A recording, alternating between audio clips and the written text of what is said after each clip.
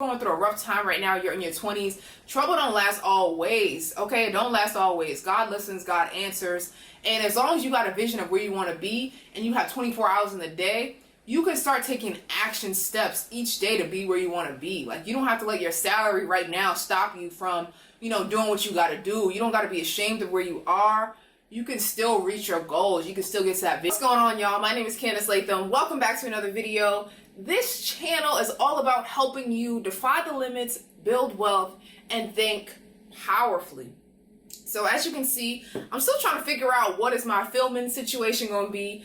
I have never let my environment or my equipment stop me from getting videos out into the world. If you've been watching my channel for a while, you have probably seen the growth in my videos, and it's not gonna stop, right? I'm always learning and growing, and soon I think I'm gonna get some frames or some wall art to put behind me somewhere eventually.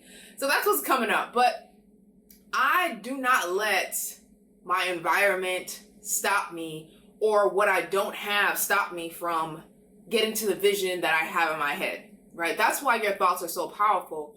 And in today's video, I just wanted to encourage anybody who is, if you're in your 20s, I'm focusing on people who are in their 20s today, because I'm just going to be reflecting back and unpacking my own 20s and the financial choices that I made, and even my mindset behind those choices, the mindset shift that I had to make to even create those consistent actions to get the results that I was looking for. So if you are currently in your 20s, you're going through a tough time financially, you don't see a way out, I just want to say to you that it is possible, right? It's still possible. You still have a vision. You still have 24 hours in a day to make things happen. And so I just wanted to encourage you. And as I dive a little bit deeper into my story, you'll get to learn, more about what I'm talking about. Before we get into my story, if you're new around here, please feel free to hit that subscribe button, hit that like button, and, comment below. I'm still trying to get this YouTube algorithm to like me, to show my content to more people. So you being here watching is huge help. You being here, you subscribing, you liking, you commenting, and you sharing with a friend really does help me. So thank you, thank you, thank you. Boston. Born and raised, Dorchester. If you're from Dorchester, stand up. Shout outs to y'all. In the city of Boston, Dorchester to be specific. And then I ended up going to college. So I'm just going to fast forward from childhood and high school and just take you right to college once I graduated. So I graduated college in 2011 from Rochester Institute of Technology, RIT. That is where I met my fiance. We're getting married in October. But when I graduated college, I didn't really have a lot of job options. Okay, hold on. Let me go back. I didn't even have a lot of job options. Child, I had no job options when I graduated college. So imagine graduating from this prestigious institute. You just heard this amazing commencement and commencement speech. Is it commencement? I think that's right. Graduation commencement speech. Let me make sure that's right. I've been trying to work on my vocabulary. So let me see. Let me see. Beginning or start. Yeah, that's what it is. I got it right. So I had just attended like this prestigious college, and I graduated, heard the commencement speech, and I'm thinking I'm about to enter into this working world, making like at least $60,000 plus once I graduated, because I had graduated with $38,000 of student loan debt. Which even that was a blessing in itself, because at that time, my college was probably like $47,000 a year. So me graduating with $38,000 of debt was a blessing, thanks to, scholarships and financial aid. So I was like, okay, cool. But I at least thought I was going to make it $60,000. I graduated, and I didn't have any job offers. So I had to move back home. And first of all, growing up, when you're watching television and when you're watching movies or shows about college, you just see that people are graduating, they're getting into these jobs, and they're buying, nice furniture, and they're living on their own in a new city. And here I was going back home. But I was grateful to be able to go back home, because where else was I going to go, honey? I didn't have no money coming in, and I just graduated with this debt. But I still had 6 months to pay it off. So during that 6 months, I'm applying to jobs. And I eventually stumbled across this job where it was no benefits, right? There was no benefits. And I was making $30,000 a year. That's what it was. They didn't even come with a bus pass. I had to buy my own bus pass too. But at the time, I was just grateful to have a job. I was grateful for the opportunity. I hadn't had a job for a while. These loans were about to kick in. And I was like, okay, let me just take something, get my name out there, get some work experience. I was there for like maybe, I want to say I was working there for like maybe 6 months, 5 or 6 months. I wasn't there for that long. And then they let me go. So now here I am, just graduated. It was hard for me to even find this job. I got this job. Now, they let me go because they were saying they didn't have enough work coming in. I'm a designer. I was a designer. They didn't have enough work coming in to have 2 designers on staff. That was what they told me. I'm back out there. And eventually I ended up applying to a bunch of other jobs, and I ended up getting a new job in 2013 at an ad agency, which I was extremely grateful to get this new job opportunity. And the guy I was dating at the time was like, ask for more money, because they were offering me $38,000. And I was like, I was afraid, right? So this is my first lesson that I want you to know out there. If you are in your 20s and you're just starting out, if you can ask for more money, that would be awesome. Not even if. Ask for more money because it's important. I mean, I should have just asked for $2,000 extra. I should have asked for 45, something. But I started out, I was afraid, and I only asked for 38. I just accepted 38,000, which I was locked in for that rate for a long time. I didn't even get a raise. I started that job at $38,000. And then I was there for almost 5 years. So I went from 38,000 to like 42,000. So if I could go back in time, I would have changed some things. I would have left soon. I would have asked for more money.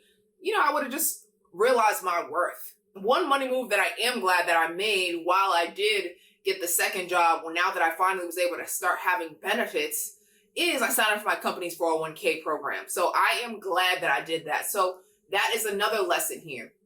I'm not even keeping track of how many lessons is going to be in this video, but y'all just take notes if you deem it worthy to take notes. So that's what this little cup I got. I'm drinking some, not seltzer, sparkling water. Anyway, so sign up for your company's 401k if they have it, especially if they're offering you a match. That's like free money. I was working for this company for years, and I was also with coworkers who were working there. And I remember being there for like 4 years, and people telling me they still hadn't signed up for their 401k program. And I'm like, wait, what are you doing? You're missing out on all this money. I just got into the habit of, as soon as I got the job, signing up.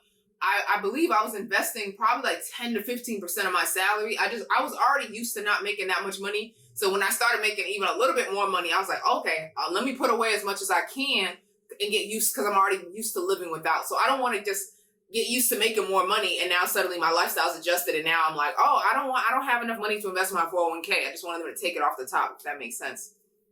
So I graduated college, right? Now I'm paying down my student loans, but I was paying the minimum of my debt all this time. But before I got this job, I did have to pause my student loans because I wasn't working. So that time when I got let go and when I was trying to find work, I had to put my student loans on pause, on deferment, because I didn't have income coming in, paying the minimum balance, right? It wasn't until I want to say like 2014, 2015, where I started reading more money books and going to different money conferences, FinCon to be specific, and meeting people who were focused on, investing, paying down debt, working for themselves, that opened up my mind to a whole new world. Just fast forward to 2015, right? I've been investing in my 401k. I've been paying off my student loans. Now I also have credit card debt. Now it's May of 2015, and I believe I stumbled across Jay Money's blog, and he was talking about tracking your net worth every month. And I was like, maybe I should start tracking my net worth. Which is what I did. So it's May of 2015 now, and that is another lesson. Start tracking your net worth. Your net worth is what you're worth financially. It's like your financial report card. It just lets you know where you stand, right? It's just all of your assets that you own subtracted by all of your debt. And the number that you get is your net worth, essentially. I'm not even essentially. That is it. That's it, okay? It's your net worth. And so in May of 2015, my net worth was $5,440. That is what my net worth was. And I believe I was 26 at this time. The total debt that I had was $24,984.40. That is from 2 student loans as well as $514 on a credit card. When it came to my assets, I had $5,000 in cash. And hold on, my mom is calling me. 1 second. Hey boo, I'm actually filming a video right now. No So worries. you can say hello to the world. Oh, I can? Hello, world. Yes, I'm just unpacking the money choices I had to make in my 20s. So I'm talking about how I had to move back home. I'm talking about how I had to pay off my debt, how I was investing, but just even living at home was a blessing, you know? And I was going to say, you can't even knock that, girl. I know. Thankful you was able to do it, because I know it was a blessing, and I was thankful. I'm just trying to encourage people who might be in their 20s and who might not be, you know, in the ideal financial situation that they want to be in, that it's possible. My hair is popping. Thanks, boo. That's why I had to do a video. So my hair's popping. I got to do a video today. But yeah, like God, you know, if God listens, God answers. So no matter where you are in your financially right now, it is possible for you to be in a different place. Right. So that's the message that I want to give people. It's like getting stuff ready, you know? You got to prepare. Yourself for the right person, saving your money, keeping your mind, your spirit your right. Your mind, your spirit right. Yeah, saving yourself for the right person. Yeah, this credit good, trying to work on that. You know, you work on yourself. Yes, work on yourself. Yeah, that's right, you know? That's true. Yes. So I'm going to call you back once I'm done filming. But thank you. Okay, we appreciate the tips. Yeah. Okay, thank you. All right, boo. Love you. Okay, all right, see ya. All right, so back to the video. Even though my total assets that I had at the time was $30,425 from my different investment accounts and my savings accounts, I still had $24,984 in debt. So basically I had $25,000 in debt. Even though I had $30,000 in assets, 30,000 minus 25 really leaves me with about $5,000. So that's what my net worth was in 2015, and I was 26 years old. Listen, start tracking your net worth. But also start paying down your debt, even if you are investing, right? I know there's people, actually, I'm not even going to tell you what to do. You have to choose what is the best decision for yourself. But me personally, it was important that I'm still paying off my debt while I'm investing, because I didn't want to be debt free, but have a net worth of $0. So that was a lesson that I, you know, definitely chose to do. So during this time, I'm paying down my credit card debt, but I'm still investing in the stock market. I'm doing both at the same dang time. Paying down your debt is important because your interest is accruing over time, right? If your interest is growing and you're only making the minimum payments on your debt, it's going to be hard for you to ever, you know, get free, because the interest is like eating your minimum balance. So it's like, if you just keep paying, my minimum balance at this time was $300 a month. So if I just kept paying $300 a month from, you know, 2015 to now, I would still be in debt because of the interest now that's accruing on top of the loan balance. It's just growing, and I'm not able to keep up. I'm not able to keep up because it's weighing me down now. Right? What started off as a $38,000 debt, now it could have grew into like $60,000 had I just kept paying the minimum balance. So I had to pay more money. You have to pay more money on your debt. And like my mom was saying, living at home was a blessing for me because I was living in Boston, and Boston is an expensive place to live. So if I was only making a certain amount of money, I would have had to move into a place where I had roommates. With nothing wrong with roommates. Roommates definitely helps you keep, you know, your finances, your expenses down so that you can have money to reach towards your other goals. So however you're able to keep your expenses down, for me, it was living at home. It was not having a car. It was, you know, eventually I had to find ways to start making extra money outside of my 9-to-5 through helping people with their graphics and marketing. And then even this brand was making money. So I had to get creative in how I was bringing in income so that I can start adding more money to my debt so that I can pay more than the minimum balance, which is $300 at the time. So eventually I had to get to the point where I'm paying off like $1,000 of debt a month. I'm paying off $700, $800, $1,000. I had to keep adding more money to my debt so that it could go down, but I was still investing. And that's another lesson. I don't know what lesson we on, y'all, but hopefully you keeping up. And hopefully this video is not super long. We about to just fast forward, right? I'm paying down debt. Eventually I'm traveling. I went to a solo trip to Aruba, which was beautiful. And so that was beautiful. I went to a trip to Aruba. So I had my book launch. I wrote a book. I wrote the Debt Slaying Challenge book. And you can still get that today if you're interested, actually. I'm going to leave that in the description box below. Oh, a dentist bill came up. I had to pay $1,000 to get I think I had a root canal or something, which was outside my, I had already used up all of my insurance. I had to pay $1,000 for my dentist. And that's why I believe I had to put that on a credit card. I think I did put it on a credit card versus pulling it from my emergency savings. Which I could have pulled it from my emergency. I'm trying to think. Did I pull it from my credit card? One of the two I did. I either put it on my credit card and then paid it off for my emergency savings. But that's another key here. Your emergency savings is important because things are going to pop up. So you want to make sure that you are finding ways to save money as well as invest money and pay off debt. Obviously, you're not always going to be able to put the same amount of money towards all of your goals because it's going to be a little bit harder. So, of course, there were times where I was only able to save $100 or I was only able to invest, $100 and now I got to put $600 towards my debt. Or maybe some months now, it's like there were certain seasons. Okay, there were seasons where I was primarily focused on paying down debt, seasons where I'm primarily focused on investing, seasons where I'm primarily focused on my savings, but I'm still doing all of them. It just might not be to the like full extent. Like I can't put $500 in savings, 500 investing, and then 500 towards my debt all at the same time because I only had a certain amount of income. Let me keep moving. So make sure you have an emergency fund. So I'm just going to fast forward, right? I'm just going to fast forward to when I became debt free. I actually ended up losing my job. And when I lost my job, I had $10,000 of debt left to pay. So this is when I was freelancing, making extra money to use towards my debt. But before I even lost my job, I lost my dad. So it was just a lot going on, it was just a lot going on during that time. This was all happening in 2016 to 2017. And losing my dad, I know Father's Day is coming up. Father's Day is on Sunday. Don't worry, I'm not going to make y'all cry. But losing my dad at that time just kind of did make me want to go after my dreams of being working full-time for myself, trying what is it like to be a freelancer.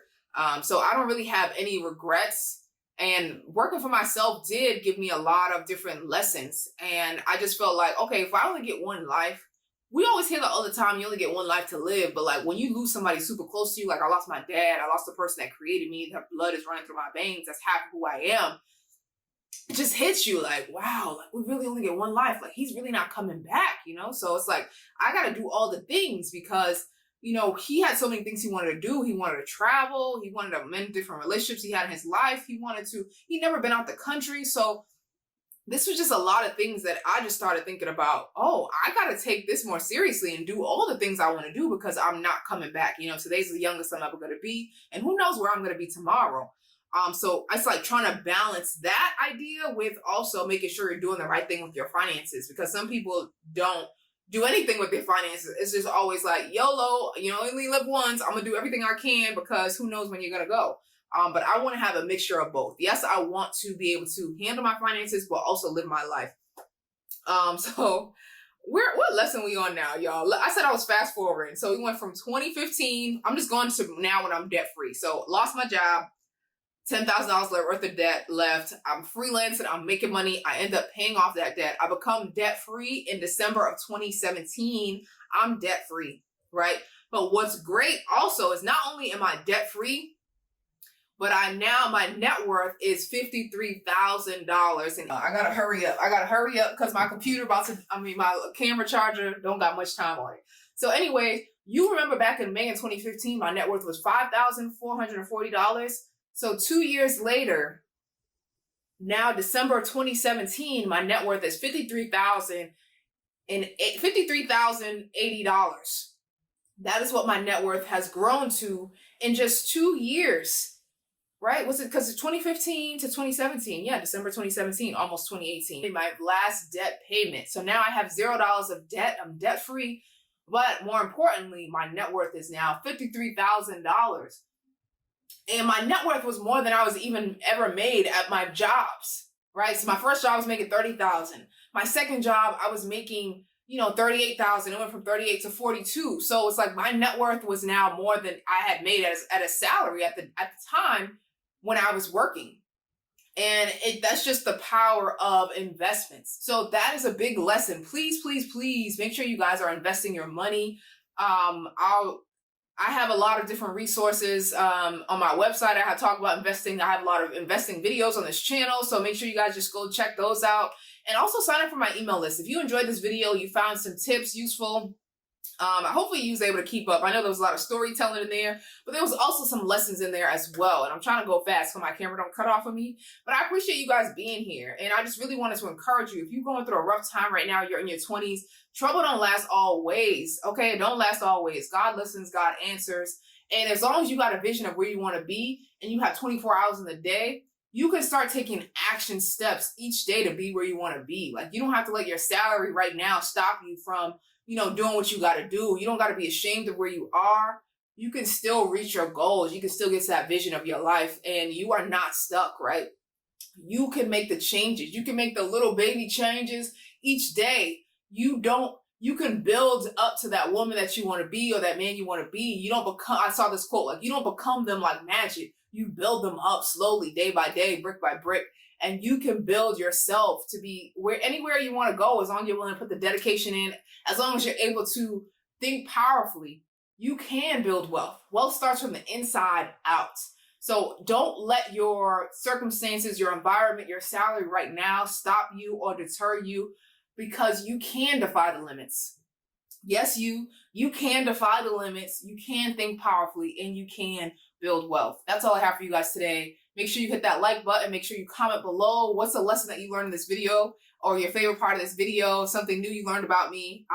And yeah, just cheers. Cheers to you. Cheers to you even taking the time to watch this video and just try to make improvements in your life, because that is powerful. You're powerful. Until next time, my name is Candice Latham, and I'll see you in my next video. Bye.